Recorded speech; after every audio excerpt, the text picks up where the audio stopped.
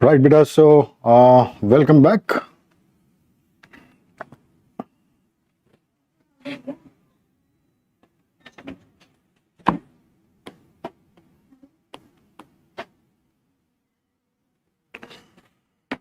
Now, let's take a look at the surgical wounds, basically.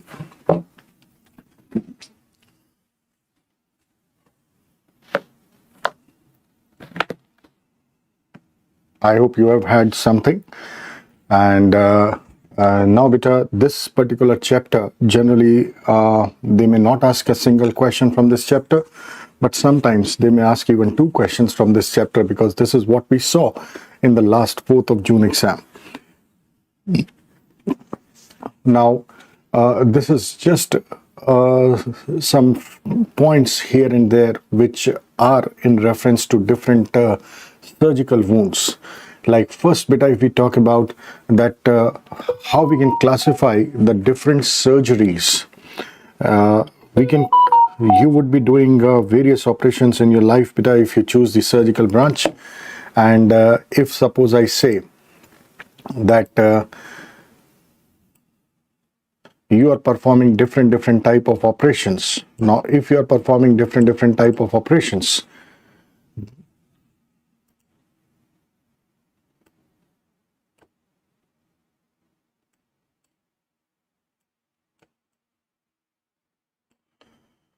when you're doing different kind of operations, beta, you would be doing operations like maybe hernia, appendix, gallbladder, piles, thyroid, breast, and so many different type of operations.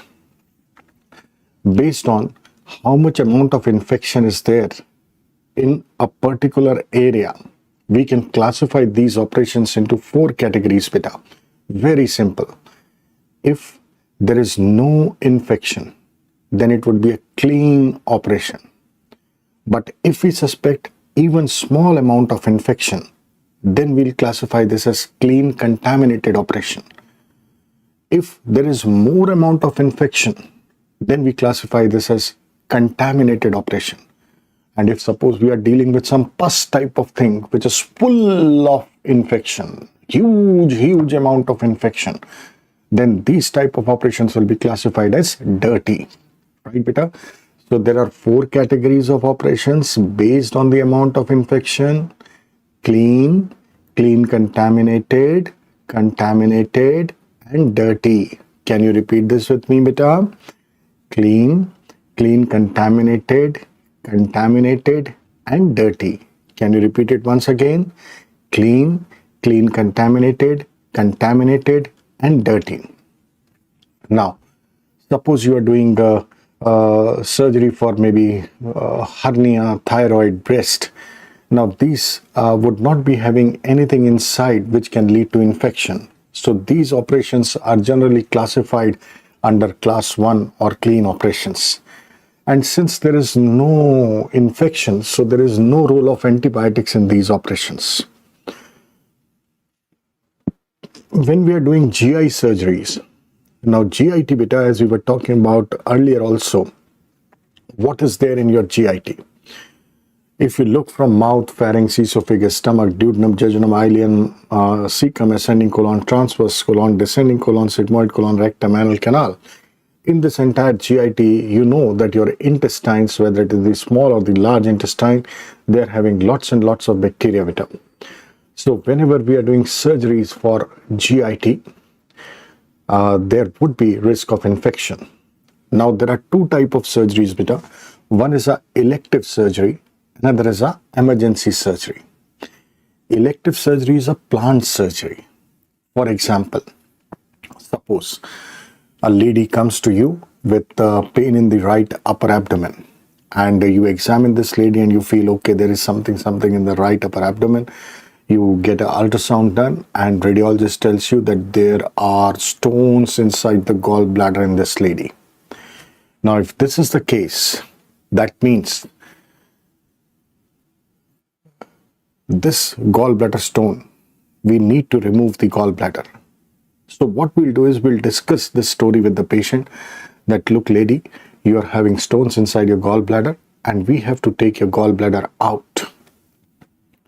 So we are doing all this planning, and then we ask the lady, okay, when do you expect that you will be free so that we can plan a date inside the operation theater? So the lady might think, and suppose she came to you on 28th of July, and she tells you that I think I'm free on 17th of December. So can you take me for a date in the operation theater on 17th of December? Then you look at your schedule and you say, oh, no, 17th of December, we cannot do that. So you ask the lady, lady, can we do it on 22nd of December? Because I'm a little busy, little tied up on 17th of December. So can we fix on 22nd of December? And the lady thinks about it. Yeah, doctor, I think we can do it on 22nd of December. So you decide with the lady that, yes, let's go on a date in the operation theater on 22nd of December. Today is 28th of July. You are just planning this surgery. This is nothing emergency. So when you are doing the surgery on 22nd of December, when you're trying to remove the gallbladder, you know the gallbladder is having bile. And bile would be having some E. coli type of thing inside. So if suppose by chance there is spillage of bile during the operation, there might be minimal infection which we can expect in this lady. So this comes under elective GI surgery. That means minimal infection would be there. So we call this surgery as clean contaminated. And since there is a risk of minimal infection, so let's give a prophylactic antibiotic in this patient. That is, before the operation, we give an antibiotic to prevent post-operative infections, right? Another scenario, beta, 28th of July, if the patient comes to you with periumbilical pain, severe periumbilical pain, which now has shifted from around the umbilicus to the right lower abdomen. You are suspecting appendicitis. You examine this patient and you feel that yes, this is a case of appendicitis, acute appendicitis, and this patient needs to be operated in emergency. Now this is an acute inflammation, what is going on inside. That means it's a bacterial party going on in the appendix right now. That means the contamination would be more. So if you're doing this appendix surgery on 28th of July in emergency, the amount of infection expected is more. So we classify this emergency appendicectomy as a contaminated surgery. Okay. And since the amount of infection here is more, so we need to give prophylactic as well as therapeutic antibiotics, right? Then if you're dealing with any abscess, any pus collection inside, if you're draining any abscess, then we call it as dirty surgery. Again, we need to give both prophylactic as well as therapeutic antibiotic in these cases. Herein, what should be the ideal timing for giving a prophylactic antibiotic? Operation से पहले अपन जो antibiotic दे रहे हैं वो कितना पहले देना चाहिए? Majority of these antibiotics are given intravenously, and what we know is when we are giving intravenous antibiotic, it takes approximately 20 to 30 minutes for this antibiotic to achieve its peak concentration. That means before the operation, we should give this antibiotic not before half an hour of the operation starting. Generally, the studies have shown, look at me carefully beta and try to understand. If any operation is being done and suppose the patient has to develop post-op infection, 98% of the time, the reason for this infection is the contamination taking place at the time when the surgeon is making the incision. When the surgeon is making the incision, it is at that point of time when the external microorganisms, they go inside and they are responsible for post-operative infections.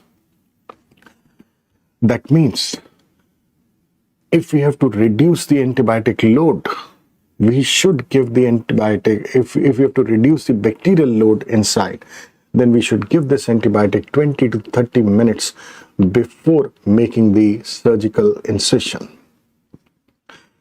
When you'll be practicing in the hospital, beta, you might come across situations or hospitals where suppose today 5-6 operations are planned and the staff nurse send all these patients to the operation theater at 8 o'clock in the morning from the ward to the operation theater. And suppose prophylactic antibiotic is given by the sister in the ward, she might give this prophylactic antibiotic at 8 o'clock to all those 5 or 6 patients. The first operation is going to start at 9 o'clock in the morning, suppose. And if antibiotic has been given at 8 o'clock, then by 8:20 or 8:30, the antibiotic would have reached its peak concentration. So that would have been the ideal time for making the surgical incision. Or suppose at 8 o'clock, the staff nurse has given antibiotic to these many patients, 5 or 6 patients, and suppose the 5th or 6th patient, the operation has to start somewhere at around 1 o'clock in the afternoon. Then giving an antibiotic at 8 o'clock in the morning will just be a futile exercise. I repeat this in Hindi, beta. Generally ये देखा गया कि जब भी हम कोई operation करते हैं और मान लीजिए उस ऑपरेशन में पेशेंट को ऑपरेशन के बाद अगर इन्फेक्शन होना है तो उसका जो कारण है, जब सर्जन साहब इंसिजन देते हैं उस समय जो भी माइक्रो ऑर्गेनिजम्स हैं वो पेशेंट के अंदर चले जाते हैं इंसिजन साइट से और उसकी वजह से पेशेंट को इन्फेक्शन होता है। 98% टाइम्स ऐसा देखा गया। यानी कि अगर हम एंटीबायोटिक देना चाहते हैं ऑपरेशन से पहले सिर्फ इसलिए कि पेशेंट को ऑपरेशन के बाद इन्फेक्शन ना हो, तो आईवी एंटीबायोटिक का जो पीक कंसंट्रेशन है बेटा वो 20 से 30 मिनट में आ जाता है ब्लड में। तो आइडियली हमें ये एंटीबायोटिक इंसिजन देने से 20 से 30 मिनट पहले देना चाहिए। अब कई बार जब आप अस्पताल में काम करोगे तो आप देखोगे कि मान लो सपोज 5-6 ऑपरेशन लगे हुए हैं आज और सारे पेशेंट्स जो हैं वार्ड से ऑपरेशन थिएटर शिफ्ट हो रहे हैं। सुबह 8 बजे मान लो शिफ्ट कर रहे हैं तो स्टाफ नर्स ने लेके सारे 5-6 पेशेंट को सुबह 8 बजे एंटीबायोटिक का इंजेक्शन लगा दिया और टिक कर दिया कि हाँ भाई एंटीबायोटिक दे दिया गया है। लेकिन हम जानते बेटा कि अगर मान लो ऑपरेशन 9 बजे शुरू होना है तो 8 बजे एंटीबायोटिक देने का कोई फायदा नहीं। कोई पेशेंट है जिसका ऑपरेशन दोपहर को 1 बजे चालू होना है, उसको आपने सुबह 8 बजे एंटीबायोटिक लगा दिया, कोई फायदा नहीं होगा उसमें। तो इसलिए the consensus now is that we should give this antibiotic 20 to 30 minutes before making the incision, and ideal time is when the patient is taken inside the operation theater at the operation table. When the patient is at the operation table and anesthetist is about to give the anesthesia, at the time of induction of anesthesia we should give this IV antibiotic, because it will take 20 to 30 minutes time from this induction of anesthesia to the surgeon making the incision. Anesthetist will take some time, maybe around 5 to 10 minutes, because anesthetist is giving the inducing agent, then anesthetist will be giving the oxygen, then he'll be putting the endotracheal tube, then he'll be fixing the endotracheal tube, and then a screen will be laid between the anesthetist and the surgeon, and then the surgeon's assistant will come and he would be doing that cleaning part of the wound. He would be using that Savlon and rubbing all the abdomen or all the operative site with that Savlon. Then he'll make it dry, then he'll paint the povidone iodine, and then he'll be using some alcoholic preparation to make it sterile. So all this story will take approximately 20 to 30 minutes. That is why ideal time of giving prophylactic antibiotic is at the time of induction of anesthesia, or you can say 20 to 30 minutes before the surgeon makes the incision. Another question here, whenever we are doing the operations, should we remove the hairs from the operative site or not? Yes, ideally we should remove the hairs from the operative site, especially if the patient is having hairy skin. Then if we are making the incision without removing the hairs, these hairs can go inside the wound and they can act as a foreign body inside, and they can increase the risk of post-operative infection. I repeat this in Hindi, beta.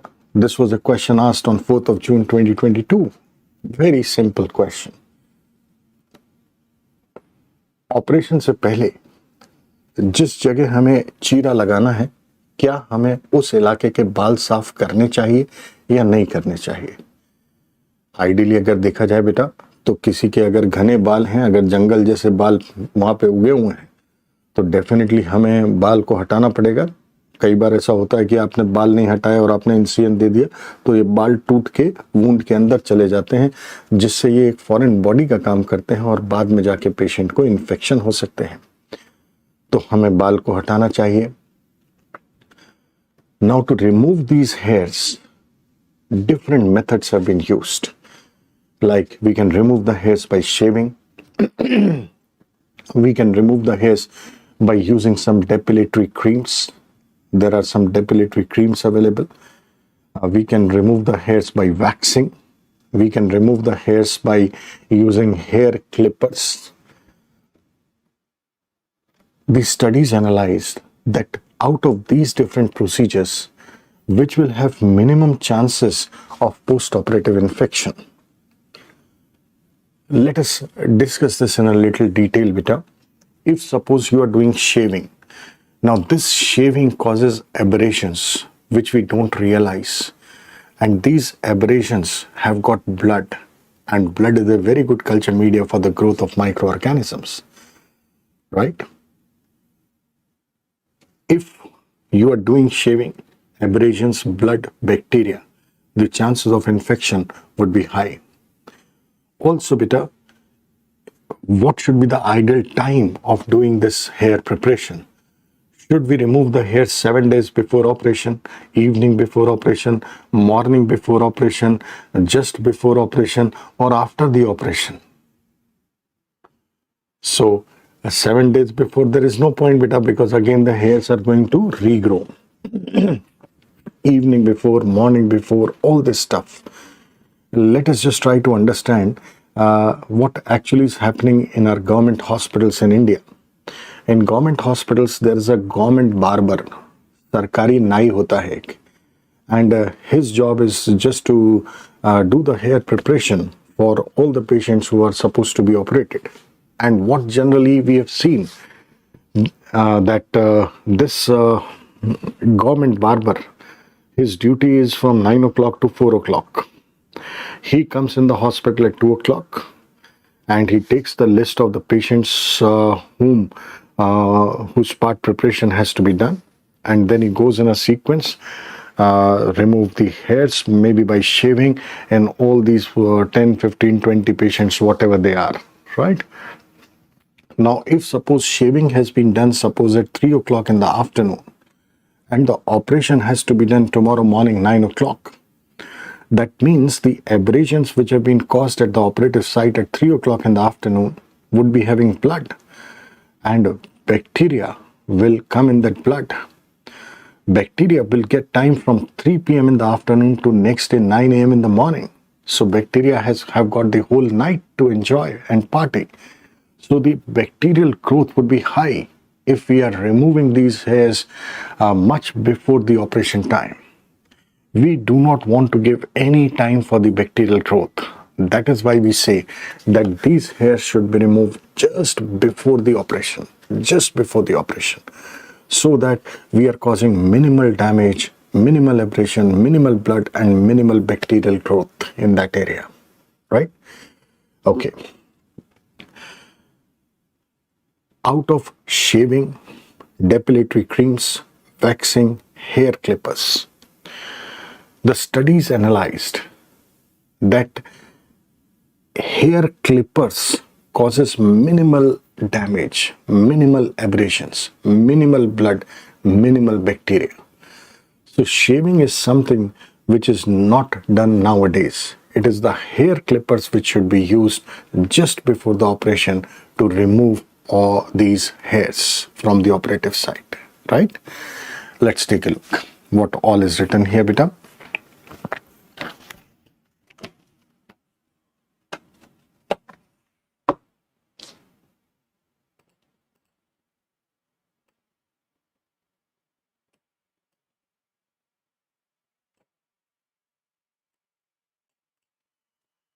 So this is the classification of surgical wounds, what we are seeing, beta. There are four categories: clean, clean contaminated, contaminated, and dirty. Clean, where there is no infection; clean contaminated, minimal infection; contaminated, significant infection; dirty, gross infection. No antibiotics for clean, prophylactic antibiotic for clean contaminated, both prophylactic and therapeutic antibiotics for contaminated, both prophylactic and therapeutic antibiotics for dirty operations. The clean operations where there is no infection, this includes thyroid, breast, hernia operations. The clean contaminated include elective GI surgery, elective GI surgery, and contaminated include emergency GI surgery, emergency GI surgery, while dirty include abscess drainage or any surgery done for removal of pus.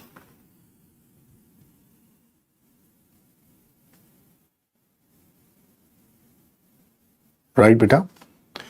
Now, in this elective GI surgery, elective cholecystectomy. What is cholecystectomy, beta? Removal of gallbladder. Elective appendicectomy. What is appendicectomy, beta? Removal of appendix. Now, when we have to give prophylactic antibiotic, we should know that this prophylactic antibiotic should be given 20 to 30 minutes prior to making the surgical incision. 25 minutes or 20 to 30 minutes prior to making surgical incision, or on 17th of December, they can give you at the time of induction of anesthesia. At the time of induction of anesthesia, this is the ideal time for giving a prophylactic antibiotic.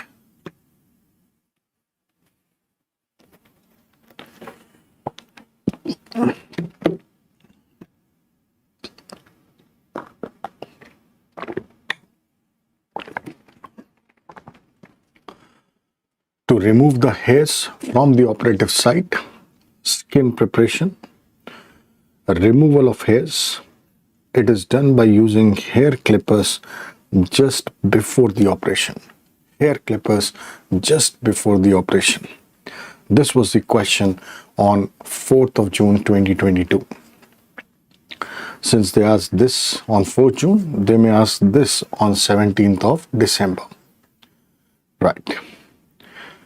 If the examiner is talking something about emergency GI surgery, whether emergency cholecystectomy or emergency appendicectomy, then this will belong to class 3.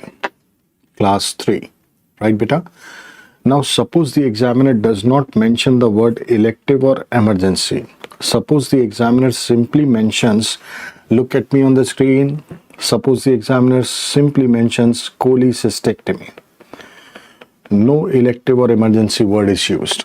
Suppose the examiner writes appendicectomy, and he may ask you, this belongs to which category, this belongs to which category.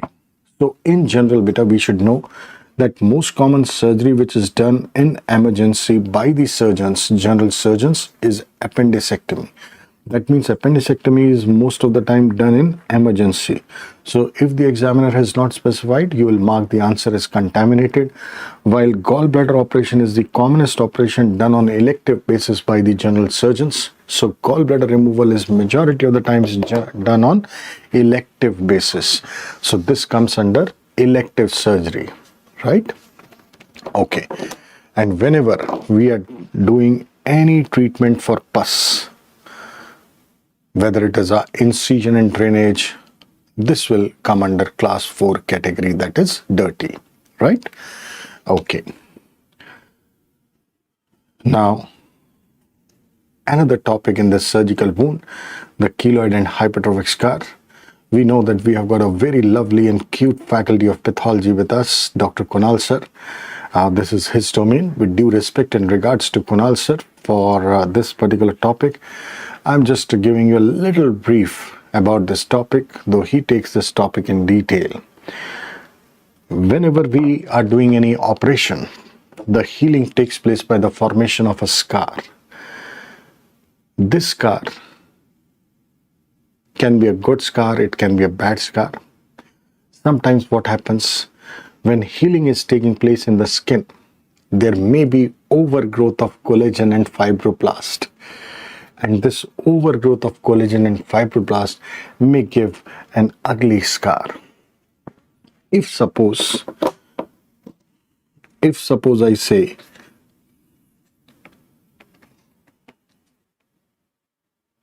that this is a surgical wound and now healing is taking place and there is overgrowth of collagen and fibroblast in this area. Now, if the story remains confined within the limits of the original wound, we call it as hypertrophic scar. But if the story extends beyond the limits of the original wound, for example, in this particular picture, if you see, this story has extended beyond the limits of the original wound. And generally this extension, what you're seeing, this is taking place in a claw-like manner. If the overgrowth extends beyond the limits of the wound in a claw-like manner, usually we call that as keloid. The name keloid is derived from the word claw. Okay. So sometimes beta, after the operation, when you look at the scar, there may be overgrowth of collagen fibroblasts which are confined within the limits, that is hypertrophic scar. If it extends beyond the limits, that is a keloid, right? So by definition, if you take a look, overgrowth of collagen fibroblast confined within the limits of the wound. This is a hypertrophic scar. Extend beyond the limit of the wound. Extend beyond the limits of the wound. This is a keloid. Usually in a claw-like manner. Usually in a claw-like manner. That is a keloid. Another important difference between hypertrophic scar and keloid beta.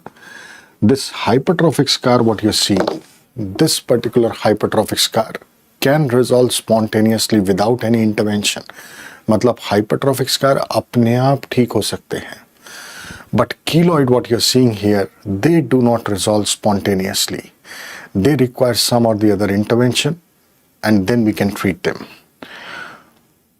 These keloids, they are more commonly seen in blacks, more commonly seen in females, especially the Afro-Caribbean. That means the African people, the West Indies people, the keloids are more common. They are more common over the places where God has given very less amount of soft tissue in the body. The common site for both hypertrophic scar and keloid beta is sternum. If you roll your fingers over the sternum, you will find that there is hardly any soft tissue over the sternum. So whenever there is any wound over the sternum, when healing is taking place by overgrowth of collagen and fibroblast, the body tries to overprotect this area by increasing the growth of collagen and fibroblasts. So they are more common in those areas of the body where the amount of soft tissue is less. If you look at the tip of the shoulder, you can feel that bony prominence, the tip of the nose, the ear lobule. These are the common sites for these hypertrophic scar and keloid. If we take a look, Spontaneous resolution is common in hypertrophic scar. Hypertrophic scar has got no predilection for white or black or male or female, but keloid is more common in blacks, the African and the Caribbean West Indies people. Keloid are more common in females. The common site for both is sternum. Those areas in the body beta where the amount of soft tissue is less, the chances of overprotection is more. Since hypertrophic scar can resolve by itself, अगर कोई चीज़ अपने आप ठीक हो सकती है तो हमें किसी दूसरे के इंटरवेंशन की ज़रूरत नहीं पड़ती. No intervention is needed in these cases. In our Indian scenario beta, after the operation, when the scar has developed, then the doctors suggest the patients you can use some coconut oil and put that coconut oil daily on that scar. Or maybe in foreign countries you can say they would be advising some moisturizing cream. The reason for this coconut oil or moisturizing cream over the scar is just to keep the scar moist, so that if by chance you don't use this coconut oil or moisturizing cream and you allow this scar to remain dry, अगर ये सूखा रहेगा, then cracks can develop.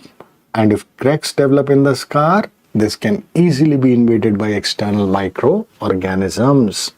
That is why we suggest these patients to use some coconut oil or maybe massage with a moisturizing cream. So you can just write coconut oil as well here. In Indian scenario, this is what is something which is we commonly prescribe. However, keloid, which is not going to resolve spontaneously, we give steroid injections into the keloid. Generally, 3 to 6 injections are required at an interval of 21 days. हर 21 दिन पे keloid के अंदर एक steroid का injection लगाते हैं, जिससे शायद जो कोलेजन फाइब्रोब्लास्ट हैं उनकी ग्रोथ कम हो जाए. So what we can do here is intrakeloidal injection of triamcinolone. Intrakeloidal injection of triamcinolone. Generally 3 to 6 injections at an interval of 21 days. If suppose even after giving the steroids, the keloid persists, then we have to do a surgical removal. And just surgical removal alone is not sufficient, because if you just surgically remove that keloid and leave that area like that, again there will be healing by collagen fibroblast. Again the keloid will form definitely. So the chances of recurrence would be very high if you are doing a simple surgical excision. What we can do beta, after removing the keloid, we can put some radioactive material into that area. Maybe some cobalt seed, small seeds of colloid can be put into that area after surgical removal of keloid. This will keep on releasing cobalt or radiation at lower doses, and that will help in minimizing the overgrowth of collagen and fibroblast. We can call this as surgical excision and radioactive seeds in the bed, or you can say interstitial radiotherapy is what we can do in the treatment of keloid. Right. Then another small topic in these wounds is something related to ulcer. Now what is an ulcer beta? If we just try to understand, suppose this is the skin, then beneath the skin there would be, or you suppose this is the epidermis, then there would be dermis, and then we know there would be some subcutaneous fat, and then we know there would be underlying muscle, and then there would be bone, right? Now what is an ulcer actually? Ulcer is somewhat like this. Ulcer simply means breach in the continuity of epithelium. That means if you look at this particular area here, the skin is broken here, right? This breach in the continuity of epithelium or mucous membrane is called as a ulcer. On the outside, we talk about so many different ulcers like venous ulcer, Marjolin's ulcer, diabetic ulcers, rodent ulcer, and so on. tubercular ulcers, syphilitic ulcers, right? Healing ulcers. Inside the body, we talk about, say, peptic ulcers, right? So breach in the continuity of epithelium or mucous membrane is a ulcer. Now, if we take a look at this ulcer here, suppose I say that this is the ulcer which is developed somewhat like this.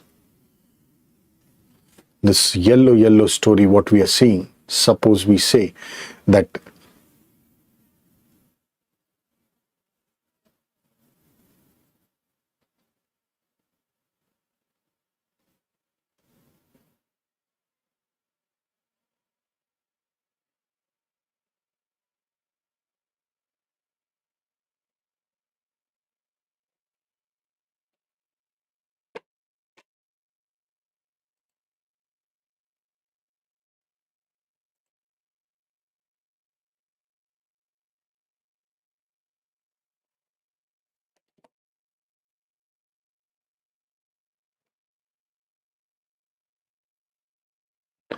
suppose this, what we are seeing is the ulcer, right? Now, this is the breach in the continuity of epithelium. This particular border, what you are seeing, beta, this is called as the edge of the ulcer. This is the edge of the ulcer. And when you're looking from the top, this what you're seeing here, this is the floor of the ulcer. This is the floor of the ulcer. And this area where the ulcer is resting, this is called as the base of the ulcer, right? So this what you're seeing, this is the edge of the ulcer. This what you're seeing from the top is the floor of the ulcer. And the ulcer is resting at the base of the ulcer, okay? What is relevant to understand here, beta? Many times, just by looking at the edge of the ulcer, we can get an idea of what is the underlying disease, why this ulcer has formed. I repeat this in Hindi, beta. जो जख्म होता है, ulcer होता है ना बेटा, ये जब स्किन टूट गई है या अंदर म्यूकोसा टूट गई है तो अपन उसको अल्सर बोल देते हैं. अब मान लो ये पीला पीला जो दिख रहा है ये अल्सर है, तो ये जो कॉर्नर है ना बेटा, ये अल्सर की एज होती है. अगर अपन ऊपर से इस अल्सर को देख रहे हैं तो जो नीचे का हिस्सा दिखाई दे रहा है ये फ्लोर है और ये जख्म जिस पे बैठा हुआ है वो बेस है. ऐसा कहते हैं बेटा कि ये जो अल्सर की एज है इसको देख के हम आइडिया लगा सकते हैं कि भाई इसको डिजीज क्या है, कौन सी बीमारी है इसको. For example, if you see a sloping type of edge, then this means it is a healing ulcer or an inflammatory ulcer, or it can be a venous ulcer, right? This edge what you're seeing here, beta, this looks to be a sloping edge. This is a sloping edge what you're seeing. This is seen in healing inflammatory or venous ulcer. Now, there might be another scenario. Suppose the ulcer is somewhat like this.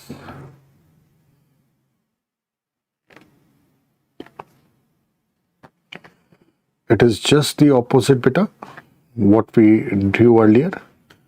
Now, this type of edge, what you are seeing here, this is called as a undermined edge.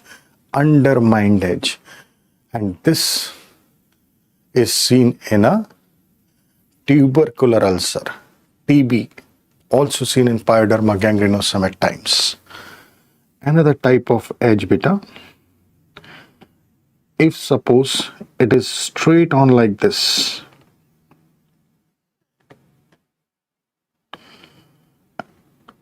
now here you can see this is a sharp punched out type of edge. You can see this is a sharp punched out type of edge.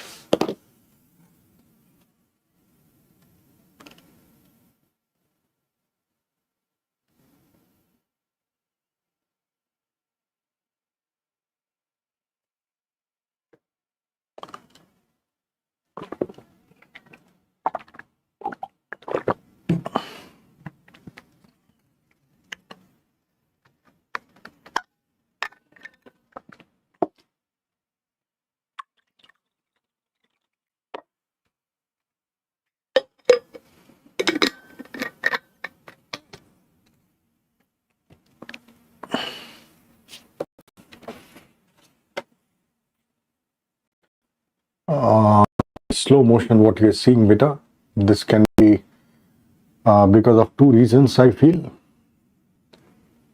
One, probably it is raining heavily outside, so maybe it is causing some fluctuation in the internet connection, or I'm using quite thick colors here, so probably the iPad is taking more time relaying this information to the software.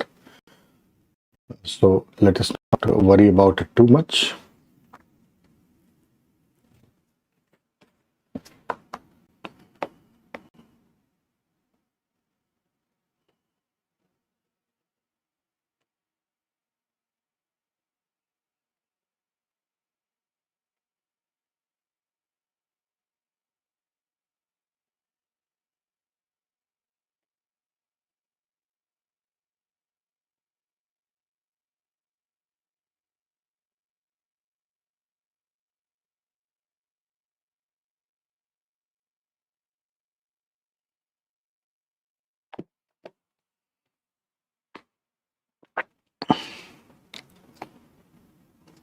Probably because of heavy rains, this is lagging a bit.